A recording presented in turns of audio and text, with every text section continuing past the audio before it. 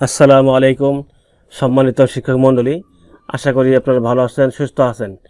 আজকে আমি একটা নতুন ভিডিও নিয়ে আপনাদের সামনে উপস্থিত হয়েছি। আজকে এই ভিডিওতে আমি দেখাবো কিভাবে প্রাথমিক বিদ্যালয়ের শিক্ষার্থীদের উপস্থিতির জন্য নতুন এন্ট্রি করতে হয়, কীভাবে ক্লাস্টারে জমা করতে হয় বা প্রেরণ করতে হয় এবং সেটি যাচাই বাছাইয়ের জন্য প্রেরণ করতে হয়। সম্মানিত শিক্ষক মণ্ডলী, আমরা জানি যে কয়েকদিন যাবৎ শিক্ষার্থী এন্ট্রি নতুন এন্ট্রি কাজ চলমান রয়েছে, যাচাই বাছাই শ্রেণী হালাতের কাজ চলমান রয়েছে। এখানে দুটি ভাগে ভাগ করা রয়েছে। একটি হচ্ছে আপনার খুলনা, বরিশাল, চট্টগ্রাম ও সিলেট বিভাগ। একটি হচ্ছে ঢাকা, ময়মনসিংহ, রাজশাহী ও রংপুর বিভাগ। ঢাকা, ময়মনসিংহ, রাজশাহী ও রংপুর বিভাগের কাজ চলমান রয়েছে। সম্মানিত শিক্ষক মণ্ডলী, নতুন শিক্ষার্থী এন্ট্রির জন্য আপনাকে যে কাজটি করতে হবে, আমি যে কোনো একটি ব্রাউজার ওপেন করতে হবে। এই ব্রাউজার ওপেন করার পর আমি এখানে লিখব PESP, এটা চলে আসবে। প্রথম যে লিঙ্কটা আসবে এই লিঙ্কে কাজ করতে হবে, এই লিঙ্কে ক্লিক করতে হবে। সম্মানিত শিক্ষক মণ্ডলী, একটি কথা বলে রাখি, আপনি যদি এই ভিডিওটি প্রথম থেকে শেষ পর্যন্ত গুরুত্ব সহকারে দেখেন, তাহলে আপনার শিক্ষার্থীদের নতুন এন্ট্রি, শ্রেণী হালনাগাদ এবং ক্লাসে প্রেরণ সংগত আর কোনো সমস্যা থাকার কথা নয়, আমি বিশ্বাস করি।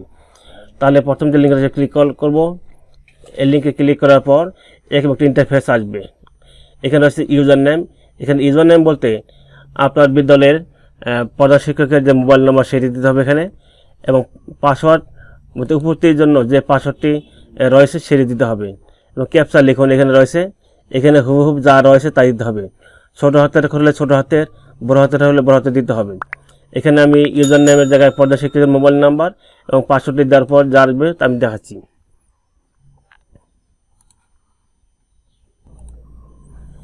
এখানে ইউজার নেম, পাসওয়ার্ড দেওয়ার পর লগইন ক্লিক করার পর এরকম ইন্টারফেস চলে আসবে। এখানে অনেকগুলি অপশন রয়েছে। ড্যাশবোর্ড, প্রাথমিক নির্বাচন, বেনিফিশিয়ারি শিক্ষার্থী চাহিদা। এখান থেকে চাহিদা রিপোর্টের প্রস্তুতি কাজ করতে হয়। প্রাথমিক নির্বাচনে ক্লিক করার পর আর কয়েকটি অপশন আপনি পাবেন এখানে। নতুন শিক্ষার্থী এন্ট্রি, যে সমস্ত শিক্ষার্থীর পূর্বে এন্ট্রি করা নাই ওই সমস্ত শিক্ষার্থীর এন্ট্রি করার জন্য নতুন শিক্ষার্থীর করার জন্য এখান থেকে ক্লিক করতে হবে। শিক্ষার্থীর তথ্য আপডেট এখান থেকে করা যাবে। শিক্ষার্থীর প্রাথমিক তালিকা দেখা যাবে এখান থেকে। আপনি যে এন্ট্রিগুলো করেছেন বা আপনার ওয়েবসাইটে, অর্থাৎ শিক্ষার্থীর যে সমস্ত শিক্ষার্থীর তালিকা রয়েছে এখানে তালিকা দেখা যাবে। এখান থেকে আপনি নতুন শিক্ষার্থী এন্ট্রি করার পর আপনি ক্লাসের তালিকা জমা এখানে ক্লিক করে আপনি আপনার এন্ট্রিকৃত শিক্ষার্থীদের তালিকা ক্লাসটা জমা দিতে পারবেন। যেহেতু আমি নতুন শিক্ষার্থী এন্ট্রি দেখাবো, তাহলে আমি এখানে ক্লিক করব। এখানে ক্লিক করার পর আপনি এরকম একটি ফর্ম পেয়ে যাবেন। 3 পৃষ্ঠার একটি ফর্ম পেয়ে যাবেন। প্রথম ভাগে রয়েছে আপনার ব্যক্তিগত তথ্য। এখানে শিক্ষার্থীর জন্ম নিবন্ধন নম্বর, জন্ম তারিখ দিয়ে এখানে খুঁজে ক্লিক করতে হবে। তাহলে এখানে শিক্ষার্থীর বাংলা নাম এবং ইংরেজি নাম আপনি চলে আসবে, আপনাকে কোনো লেখার প্রয়োজন নেই। এখান থেকে ক্লিক করে ভাই বোনের সংখ্যা উল্লেখ করে দিতে হবে, 2 বা 3 ব্যাগ যা হয় দিয়ে দেবেন। এখানে ক্লিক করে ডরবনে ক্লিক করে জেন্ডার সিলেক্ট করতে হবে। জেন্ডার অবশ্য সিলেক্ট অটোমেটিক হয়ে যাবে। আপনি যখন এখানে শিক্ষার্থীর জন্ম নিবন্ধন নম্বর দিবেন, ছেলে বা মেয়ে, অটোমেটিক কিন্তু জেন্ডারটি সিলেক্ট হয়ে যাবে এখানে। এখানে ক্লিক করে আপনি ধর্ম সিলেক্ট করে দিবেন, ক্ষুদ্র নৃগোষ্ঠী কি না এখানে দিয়ে দিবেন।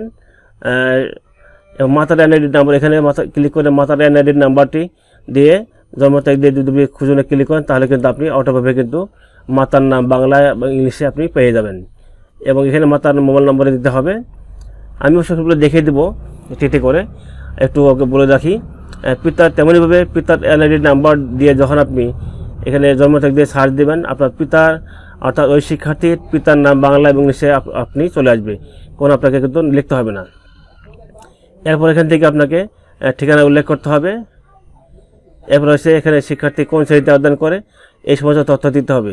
এই সমস্ত শিক্ষার্থীর তথ্য দেওয়ার পর আপনি যদি এখানে যে রয়েছে যে মাতার মোবাইল নাম্বার, অর্থাৎ এখানে যদি দিয়ে দেন, অর্থাৎ আপনি যদি এই সফটওয়্যার কিন্তু আপনাকে কিন্তু মাতাকে কিন্তু অটোভাবে কিন্তু গার্জিয়ান হিসেবে, অভিভাবক হিসেবে ধরে নেওয়া হয়।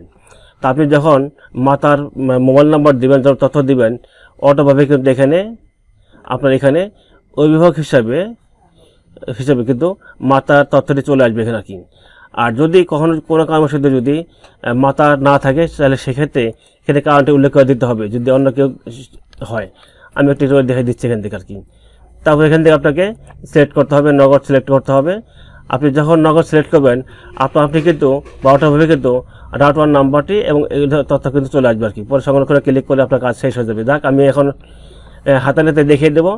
আমি একজন শিক্ষার্থীর তথ্য এখানে আমি এন্ট্রি করে দেখাবো।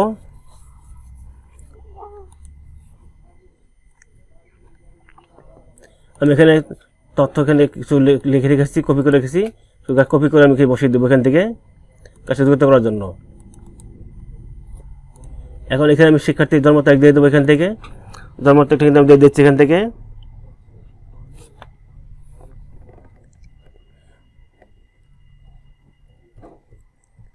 এখন আমি খুঁজুনে ক্লিক করবো। এখানে খুঁজুন, দেখুন এখানে কিন্তু শিক্ষার্থী কিন্তু তথ্য কিন্তু পিতার নাম মাতার নাম কিন্তু শিক্ষার্থীর বাংলা ইংলিশের নাম কিন্তু অটোভাবে চলে আসছে। এখানে কোনো লেখার প্রয়োজন নেই। এখান থেকে ভাই বোনের সংখ্যা এখানে উল্লেখ করে দেবো। এখন এখানে আমি একটু কিন্তু বলে রেখেছিলাম, আপনি যখন শিক্ষার্থীর তথ্য দেবেন এখানে কিন্তু জেন্ডার কিন্তু অটোভাবে সিলেক্ট হয়ে যাবে। ছেলে যদি হয় ছেলে চলে আসবে আপনি, মেয়ে হলে মেয়ে চলে আসবে এখানে আপনি। কোনো আপনাকে এখানে কোনো জেন্ডার সিলেক্ট করার প্রয়োজন নেই। এখান থেকে ধর্মটা আমি সিলেক্ট করে দিয়ে দেবো। এখান থেকে ক্ষুদ্র নিগোষ্ঠী কিনা এখানে নাম দিয়ে দেবো। এখন আমি এখানে মাতার এনআইডি নাম্বারটা এখানে দিয়ে দেবো। এটা আমি কপি করে রেখেছি, আমি কপি করে পেস্ট করে দেবো। এখান থেকে এনআইডি নাম্বার এখানে দিয়ে দেবো এখান থেকে। এখন আমি এখান থেকে মাতার জন্মের তারিখটা এখানে দিয়ে দেবো।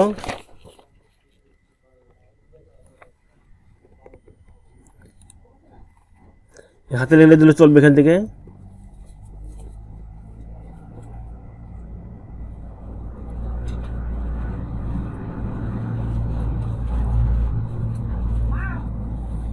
খুচরো ক্লিক করবো এখান থেকে। দেখুন এখানে মাতার নাম কিন্তু ইংলিশ বাংলা কিন্তু অথবা চলে এসেছে। এখন এখানে মায়ের মোবাইল নম্বর এখানে দিয়ে দেবো এখান থেকে।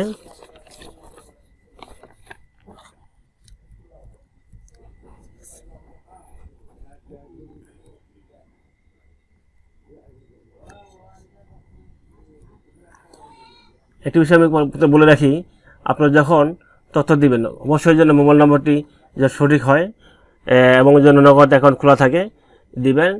আর মোবাইল নম্বরের জন্য কোনো অবস্থায় যদি ভুল না হয়, কারণ এখানে আপনার টাকা পাওয়া না পাওয়া নির্ভর করে কিন্তু আপনার মোবাইল নাম্বারের উপর। আর মোবাইল নাম্বারটি চেঞ্জ করে তথ্য একটু ভোগান্তির বিষয়। এই জন্য আপনারা অবশ্যই মোবাইল নাম্বারটি অবশ্যই খুব গুরুত্ব সহকারে যত্ন সহকারে দেবেন, কারণ আপনার একটু ভুলের কারণে কিন্তু ওই শিক্ষার্থী টাকা থেকে বঞ্চিত হয়ে যাবে।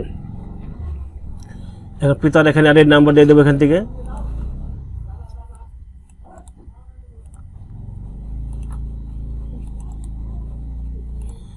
এখন পিতার জন্ম তারিখ এখান থেকে দিয়ে দেবো এখান থেকে।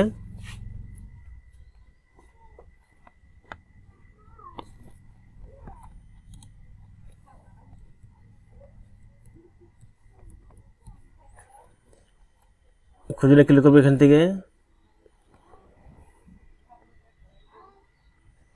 এখানে সম্ভবত জন্ম তারিখটি এখানে ভুল হয়েছে, এখানে জন্ম তারিখটি ভুল হয়েছে এখানে।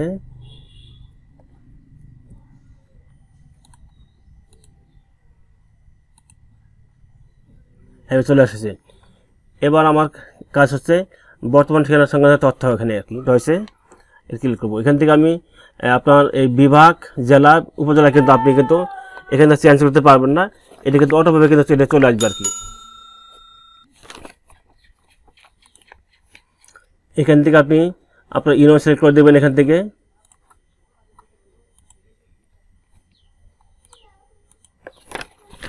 আপনি এখান থেকে আপনার গ্রাম সিলেক্ট করে দেবেন এখান থেকে।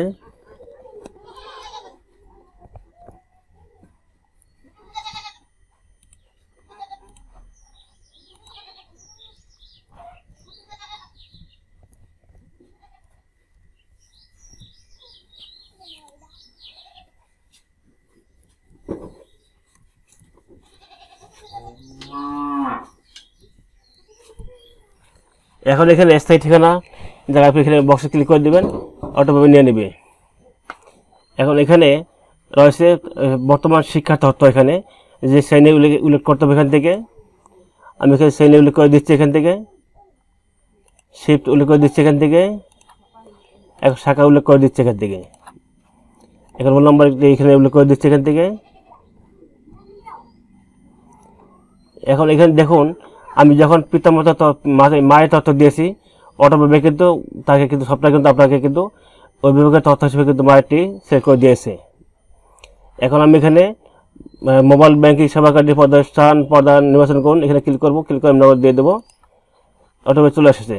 এখন আমার কাজ কিন্তু শেষ। আমি এখন এখানে সংরক্ষণে ক্লিক করব, সংরক্ষণে ক্লিক করার পর আমার কাজ শেষ। Record successfully save. সম্মানিত শিক্ষক মণ্ডলী, আমি একটি তথ্য এখানে এন্ট্রি করে ফেলেছি। এখন আপনি এখানে ক্লাস্টারে জমা দেবেন। আপনি চাইলে একটি করেও ক্লাস্টারে জমা দিতে পারবেন, আবার চাইলে একাধিক শিক্ষার্থীর তথ্য সিলেক্ট এন্ট্রি করার পর আপনি একসাথে জমা দিতে পারবেন। তা আমি এখন এটি ক্লাস্টারে জমা দিয়ে দেব। এখন আমি বাম পাশ থেকে একটি বক্স দেখতে পাচ্ছি, এখানে আমরা এই বক্সে ক্লিক করব। সম্মানিত শিক্ষক মণ্ডলী, এখানে যখন অনেকগুলো শিক্ষার্থী যখন আপনি এন্ট্রি করবেন, তখন বাম পাশে কিন্তু এখানে কিন্তু আপনার ওই শিক্ষার্থীগুলো তথ্য আপনি দেখতে পারবেন এখান থেকে আর কি। তখন আপনি এই বক্সে যখন ক্লিক করবেন, অটোভাবে বাম পাশে সবগুলো শিক্ষার্থীর তথ্য কিন্তু এখানে সিলেক্ট হয়ে যাবে। তো ক্লাস্টারে পাঠান, আমি এখানে ক্লিক করে দিয়ে দেবো। ক্লাস্টার তালিকা জমা দান। আপনি কি ক্লাস্টারে আবেদন জমা দেওয়ার বিষয় নিশ্চিত? হ্যাঁ। সম্মানিত শিক্ষক মণ্ডলী, আমি একটি এন্ট্রি করেছি এবং সেটি ক্লাস্টারে জমা দিয়েছি। আশা করি আপনাদের এই ভিডিওটি উপকার আসবে। যদি এই ভিডিওটির দ্বারা আপনাদের বিন্দুর পরিমাণ উপকার আসে, অনুগ্রহপূর্বক আমার চ্যানেলটি সাবস্ক্রাইব করে পাশে থাকবেন এবং ভিডিওটিতে একটি লাইক দিবেন। ভিডিওটি দেখার জন্য সবাইকে ধন্যবাদ।